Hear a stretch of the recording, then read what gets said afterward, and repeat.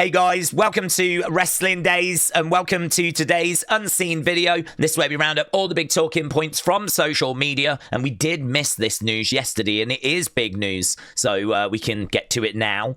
So two sources have confirmed that the latest plan is to do a tournament, right? And that's going to get announced by maybe Triple H, Paul Levesque, with the top wrestlers vying to be Cena's last opponent. Again, multiple sources have then confirmed the current plan is that Gunther will win that tournament. So Gunther, John Cena, it looks like the rumors that we've been hearing all throughout the year, it looks like that's where it's still heading. So, I mean, I think this makes a lot of sense. I think Gunther makes a lot of sense. I'm quite excited about this. I think Gunther is a monster heel. I think that Gunther still hasn't fulfilled his potential. He's not been a WWE champion, for example. Like, if Gunther beats John in his final match, hopefully that could be used in 2026 to maybe get him to a whole new level, right? So for me, like, it's just a win-win here. I mean, it should be a banging match for John to go out with, and it should give Gunther a real boost as we go into 2026. So I know there's lots of names that people wanted. It's going to divide opinion, but yeah, I am really, really not down on this. So there we go. That was pretty big news. Right, next up, Corey just saying that NXT were going to do Showdown, and then afterwards they were going to record next week's episode of NXT. So Trenton, thank you. Apparently the reason for this is because, of course, a lot of the production crew are going to be going to Australia for Raw, SmackDown, Crown Jewel, and so that means by the time they travel back, they won't make it back in time to do next week's NXT. So that means that it makes sense to actually record it this week, and then it will be shown next week. So you are probably going to have to avoid spoilers. Obviously, they're going to be out there. I'm going to do my best to avoid them as well. I mean, I'm really not interested in having spoilers for next week's NXT. I mean, I might as well just watch it and treat it like a normal show. So you won't get any spoilers out of me. But yes, apparently that was taped after Showdown. Okay, Ryder, thank you. So, Brandon Thurston saying that Programming Insider, and this was only an hour ago, just posted SmackDown's ratings. Now, we know that the ratings have been updated. We know they've took a massive hit. So, this is important. Are the ratings going to bounce back a little bit? Are they still going to stay low? Let's find out. So, measured under big data and panel methodology, it came in at just over 1 million. That's it. Just over 1 million. Ryder said SmackDown was only 30,000 viewers away from slipping under 1 million viewers. So this is bad. This is a concern, right? We've got a bit more of a breakdown here. Again, Ryder, thank you.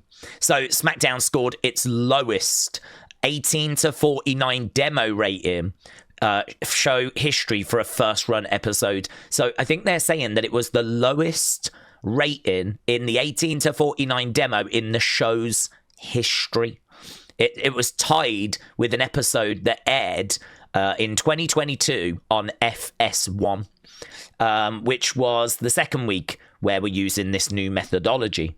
SmackDown averaged 1.03 million viewers. That is down 17% compared to last week, and it is down 34% in the demo. It should be noted, the numbers for last week used the new system. In addition to 1849 rating being tied for the lowest in the show's history, the audience was the lowest for a first-run episode since 2022 when SmackDown was on FS1. There were some times when it had to go to FS1 because Fox were showing, I think it was baseball or something like that. And FS1 is a much smaller channel. So we did get some horrible ratings then. But yeah, this is the worst in the show's history since those episodes in 2022. Despite the record low rating, SmackDown still ranked number 4 in the prime time on all TV in the 18-49 demo. So, it is horrific and it is bad. But they were still ranked number 4 when it came to being ranked in the 18-49 demo on the Friday night. Year over year, SmackDown is down 32% in total viewers. And the demo is down 51%. Last year's episode was tracked using the old system. Honestly, it's like a bloodbath. It's like an absolute flipping bloodbath. I can only imagine they are just running around, waving their arms in the air, crying at the headquarters. I mean, thankfully, we just don't have any TV deals coming up. If there was any TV deals coming up that were going to be negotiated, if SmackDown was getting towards the end of its TV deal, if Raw was getting towards the end of its TV deal, and you was about to start trying to find a new home, these numbers are just absolutely devastating. It's bad, mate. It is bad. I can't really give you any positive spin on that. I can't give you any positive spin, so it's probably best we just move on. Right, here's The Rock. The Rock said you can't control box office results. So The Rockers took to social media and put a message out. And I think it's a really classy message, honestly. He said, from deep in my grateful bones, thank you to everyone who has watched The Smashing Machine. In our storytelling world, you can't control box office results. But what I realized you can control is your performance and your commitment to completely disappear and go elsewhere. And I will always run to that opportunity. It was my honor to transform in this role for my director. Thank you, brother, for believing in me. Truth is, this film has changed my life. With deep gratitude, respect, and radical empathy, DJ. I mean, I think it's classy. I really think he is to be applauded because he has put in a fantastic performance. He's receiving so much praise, and it is a shame that, unfortunately, that does not bring the results that it deserves. And, you know, we know that this has flopped. We know that it's bombed. It's the worst opening weekend for any of The Rock's films. And, you know, this is him saying, look, you can't massively control the box office results. All I can do is give the best performance I can give. And I like that line about how he says it's changed his life. I mean, he's at the point now where he doesn't actually need... He doesn't need to be taking these big blockbusters and making these giant paychecks. I mean, he's got so much money. I think it would be more rewarding to him to take challenging roles where he can actually show the world just how good of a performer he is. And that's exactly what this role has done. So, yeah, I mean, respect. Honestly, I've just got respect for him. Right, Dark Side of the Ring is back for a 7th season. We don't know the episodes yet, but here's Heel Usi saying the fall of Dave Meltzer coming soon. Mate, Dave is just getting it all the time. I feel sorry for Dave. Larry, thank you. Former WWE star Braun Strowman reacts to Paul Heyman saying that no one has beaten Roman so badly that he needed to be put on a stretcher.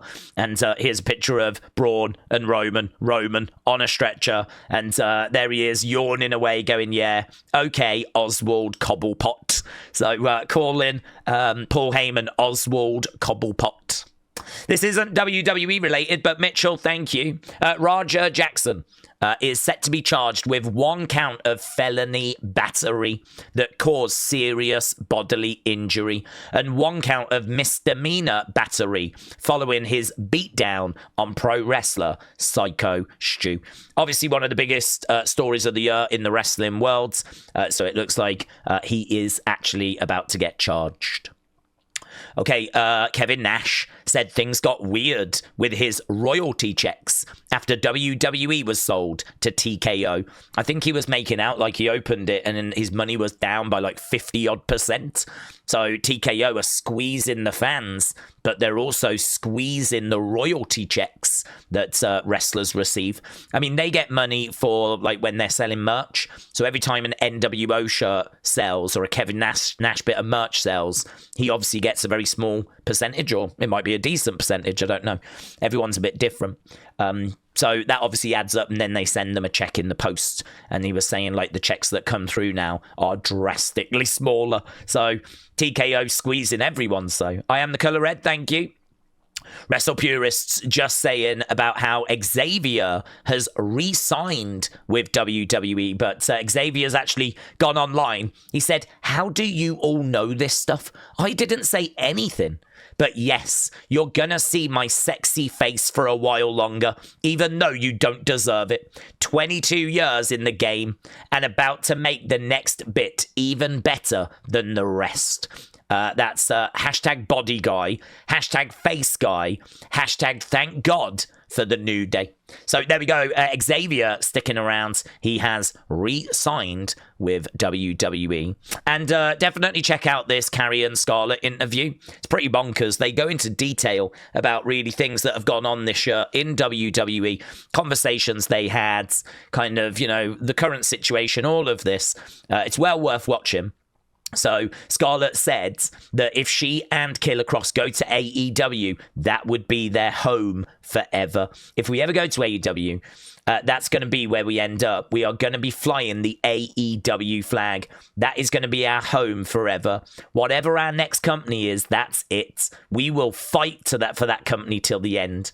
It wouldn't be fair to Tony for us right now, when we're still talking about WWE the way we are, to go over there and be like, we're just here to get back to WWE. So they really want to get back to WWE, and they're saying it wouldn't be fair to kind of go to AEW and then if WWE come calling, just, you know, drop it and go. We wouldn't want to do that to him. If we go there, we're going to be like, nah, we're going to make this company the absolute best it's ever going to be, and we'll do that wherever we go. So it's really worth a watch. I was checking it out earlier, and yeah, you'll have to watch it, see what you think about the whole latest with Karrion and Scarlett. Right, let's go into the fun folder. I like this. I don't know why. It's just a stupid meme, right? But here, this person tweeting out this meme. Why do you like this woman so much? And then attaching an image of Izzy Dame. And this person's like, oh, I'm glad you asked. And then here's a voice note that goes for over 6 hours. And I looked at that and I was like, oh, man, there's so many people I know that are like big fans of Roman, or they're big fans of certain wrestlers like Cody or Rhea or Becky. And I looked at that and I was like, man, I could imagine you changing that picture out, swapping it out for someone else. And that meme would work for a lot of people, you know? So, yeah, if you feel like that works for you, put it in the comments. Who would you have that meme for if it was one that was more personal to you? I don't know. I don't know. I mean, I suppose for mine, it would be like, why do you like WWE so much? Then it works for me. Oh, I'm glad you asked. Here's 6 hours. And you know I could fill that 6 hours. You know that's not even a meme. You know that I could go for that long talking about WWE. You know it, right? So, yeah, I don't know. It just tickled me that. I thought it was very good. Oh, this is great as well. Edward, thank you. This is great. Be very careful. Okay. Are you ready? Yeah. Open your eyes. Get ready to yeet because you're hugging. What? No.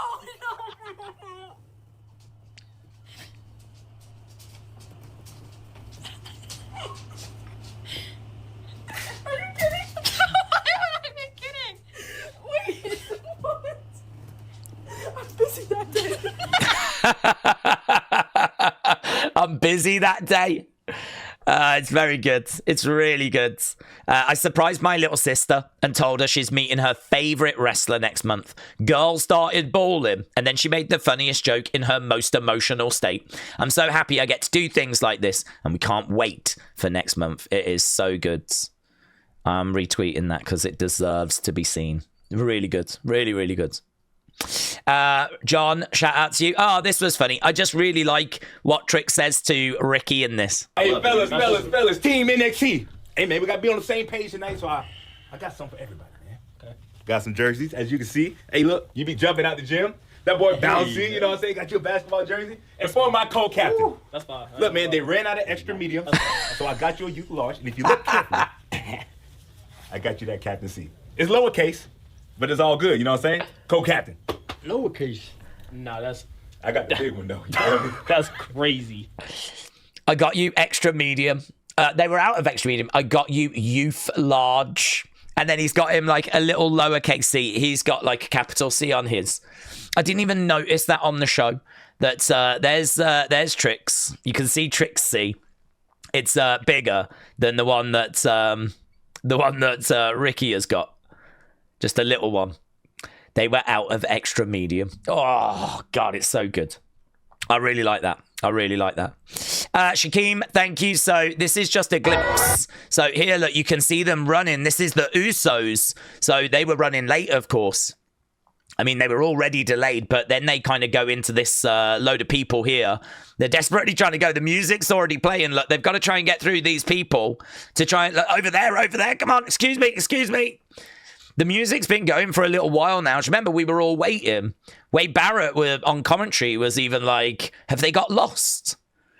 But, yeah, there was all these people they had to try and get through. I think they were running late anyway, though. But, yeah, this is just a bit behind the scenes before they made their entrance. And, yeah, you can sort of see there's like a whole sea of humanity there. So, I really like that. I thought that was just a little glimpse behind the scenes of where they were. Edward, thank you. So WWE has released a 5-minute compilation video of Stephanie hitting the Devil's Kiss. That's it. It's 5 minutes of Stephanie delivering Devil's Kisses. What else do you need? If that doesn't go on to be the most watched WWE YouTube video, what are we even doing? Edward, again, thank you. I'm going to take the sound down because it's obviously got a lot of music on, but this is a WWE Halloween setup. You can see actual footage being projected onto the garage. I believe this one is like CM Punk's music, but they've also got Triple H. They've also got Stone Cold. We got all these lights kind of reacting. There's Stone Cold. You can see his Titantron on the garage door, and that one Triple H, of course. It's good, isn't it? It's really good. I mean, I'm guessing you only run this for like a couple of hours or something. Because, mate, if that was going like throughout the night, I would be livid if I lived close by. It would absolutely do my flipping head in. But equally, if I was a big wrestling fan and the house down the road was doing this, I'd be well impressed. Right, erase your mind, thank you. So Randy just letting us know there's new Fiend shirts that are available now. So there we go, some new Fiend shirts. Yeah, I just thought this was really fun. The face paint was wild, but it was more the kind of pink, purplish hair. So this is Demolition, early Demolition, trying out like early face paint designs. And I looked at that, I was like, man, that's wild. I've never seen that before. I have seen some weird Demolition face paint before they settled on the ones they settled on. So I have seen some weird one. I've never seen this one. I've never seen the coloured hair. So, yeah, I thought that was really good. So, Miss Clown, thank you. Oh, this is good from Dave. Here we go. So, here, this is Dave just showing us another of these AI videos. But this time, it's actually using proper wrestlers. So, here, look at this. What the hell is going on? I don't know if those are like scoops of ice cream that are being chucked there. That was great. That was WrestleMania 26, where they sat down and had some tea. There's, yeah, Heyman in the background eating a giant donut. That was great. Yeah, and would you remember that when you put the lipstick on him? Oh, this is iconic. Because they go in the boat, don't they? And they start rowing. Yeah, that was amazing. That was my favourite part of their feud, actually. This is where he reads him like a bedtime story. Yeah, and he goes to sleep, doesn't he, in this moment? Yeah. I don't remember this. Gunther and CM Punk. Oh, classy. A little bit of a dance. And that's when he fell into the water. Yeah. These are all the animals that come raining down. That does happen if you acknowledge for too long. And that was, yeah, The Rock just getting like a bit of a polish. There he is, getting his award for the Smashing Machine. And that's CM Punk struggling. Yeah. I didn't realise that she was that heavy, to be honest. We just catch the start. There was a couple at the start that we missed. Yeah, that was good. And that was chess. Yeah, they sat down, played chess. Brilliant. Kane going over, I think, Blackboard. Yeah, Blackboard. That's when he actually worked out some really important maths equations. And yeah, this is the bit we saw. This is when the crowd really got upset and started throwing giant scoops of ice cream at people. So yeah, there we go. Lovely cup of tea. We've already seen this one. Classic, of course. We all remember WrestleMania 26. So there we go. That was great. Really love that. So Dave, thank you. I really am not trying to get more AI stuff in, but I just keep seeing these different things. Like that was quite interesting because that used current wrestlers, that used current wrestlers, and it showed like just how preposterous AI can be. But we've also seen that AI can deliver some great promos and new characters, and it's a massive talking point at the moment, AI.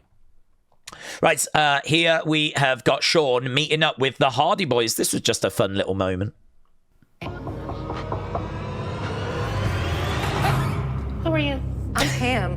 Who are you? I'm the owner of this house. Oh. I love that. Who are you? Who are you? I'm Pam. Who are you? I'm the owner of this house. Oh. I love that. I love that how he's walking and he goes, who are you? Yeah, that was really good. Really good. Right, let's go. Nothing in community, but we've got some thanks to do. We've got quite a few thanks, actually. Okay, Big Bam, Claire Webb, The Wrestling Warrior, Nico, Dark Phoenix Tees, Michael Neville, Little Bit of a Fan, Sweet Chin Wrestling, Silverback, It's Kaz81, Raymond, Real Wrestling Fan, Mr. T1000, Chanel, Mark, Chris Knowles, He Who Smiles, Huddle Talk, Edwards, Wrestling Voids, and Wrestling Warrior. Big thank you to all of you. And a big thank you to everyone that watches and enjoys these videos. I hope you enjoyed this episode. I thought there was some really fun stuff in this one. And some interesting news as well, and concern, obviously, around those ratings. But yes, on we go. We're back later with our Evolve Watch-Along. We're back on Friday with 2 SmackDown streams. We're doing it live on Netflix. And then we'll be back later when it airs on USA Network. Then, of course, on Saturday, we're doing Crown Jewel. Then on Sunday, we're doing TNA Bound for Glory. Then on Monday, we're doing Raw. Then on Tuesday, we're doing NXT. And then on Wednesday, we're back doing Evolve. I mean, awesome. Thanks a lot for joining. Appreciate it as always. I'll see you again next time. Bye for now.